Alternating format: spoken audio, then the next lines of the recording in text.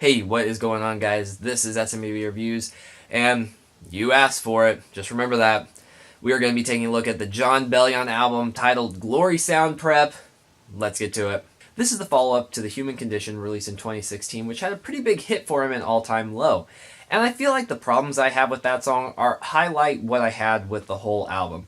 He has some pretty decent sense about how to create an engaging pop melody, and he had some witty lines in there, but ultimately strange production choices and random lines that just or lyrics that really kind of drew you out of the experience caused it from really being a wonderful song. And that's my problem with the entirety of The Human Condition. I feel like random lyrics that seem very out of place and really dorky really do draw away. Now, I know I've previously said I'm a fan of artists that can be dorky at times. I even just talked about Laura Jane Grace's album that at times was dorky. But I think the biggest problem here is how seriously Jon Bellion typically takes himself, or at least whether he actually is taking himself seriously or not is irrelevant. In his music, it shows that he feels like he is all that. He talks about how great he is frequently in this album specifically. And it just shows that he thinks he's great, and so those goofy lines kind of just stand out as someone who's not really being self-deprecating and rather just thinks that these are great lines. But what do we get with Glory Sound Prep? Honestly, I'd say we got about the same. I do think that this album has some strong moments. There's actually 2 tracks on here, which I'll get to later, that I do really enjoy.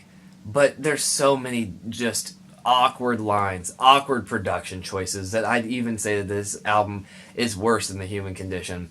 The Human Condition at least had some redeeming moments and often did not draw you out as much as you will be drawn out listening to this album.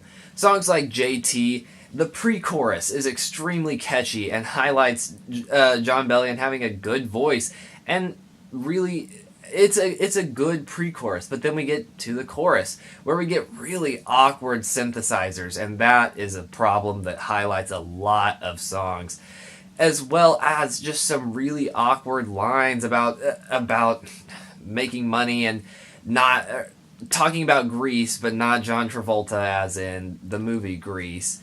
And there's a lot of really awkward lines, and I feel like JT perfectly summarizes those problems.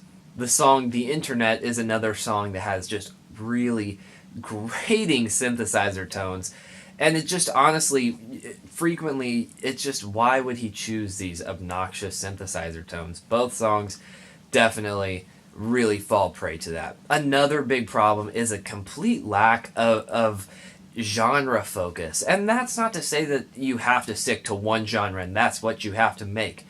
But a lot of these songs are pretty standard indie rock style songs, and then we get much more traditional rap songs. And I know that this is something that Jon Bellion's done, and he definitely does have that mesh where he blends the indie alternative sound with a more traditional rap sound.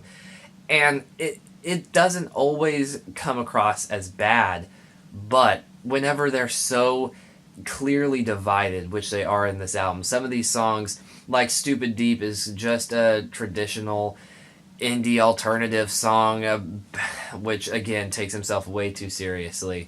And then we get songs that lean very hard on the rap elements, like Adult Swim. It's just very jarring to hear these complete different genres thrown into this album, and without really much in between.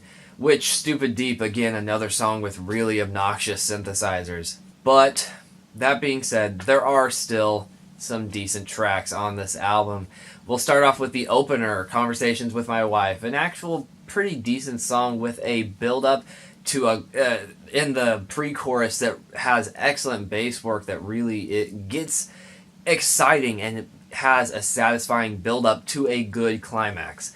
Again, there is the occasional awkward lyric in here, but it really doesn't bother me at all. This is a track that I actually do like. And strangely enough, Ma's Joint, featuring Quincy Jones, is another one of my favorite tracks. I really didn't think he'd be able to pull off an 8-minute song with how every single song seems to get messed up by something, and not even to mention the occasional way too repetitive moments in this album but I really didn't think he could handle an 8-minute song, but honestly, he really did a good job. It involves 3 different parts, a very upbeat brass section, which is very fun, more slower part, as well as the actual spoken or sung part.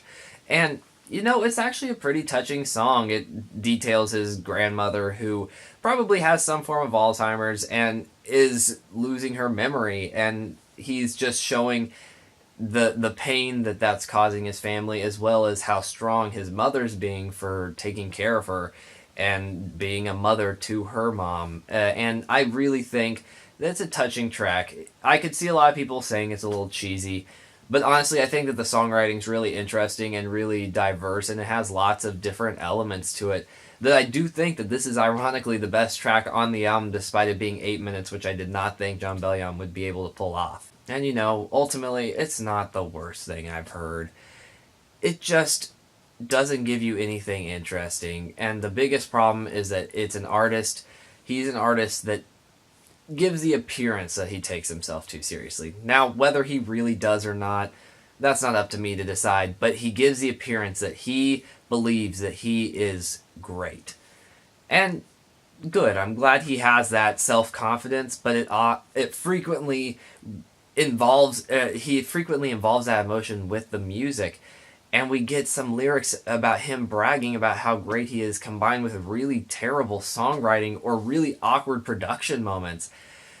It just shows a weakness while he's trying to say how great he is, and that is an ultimate problem. But again, it's not the worst thing I've heard. It's not the best thing I've heard either. It's very in the middle for me. I'm going to give this one a 5 out of 10. But what did you guys think of this album? Please let me know down below.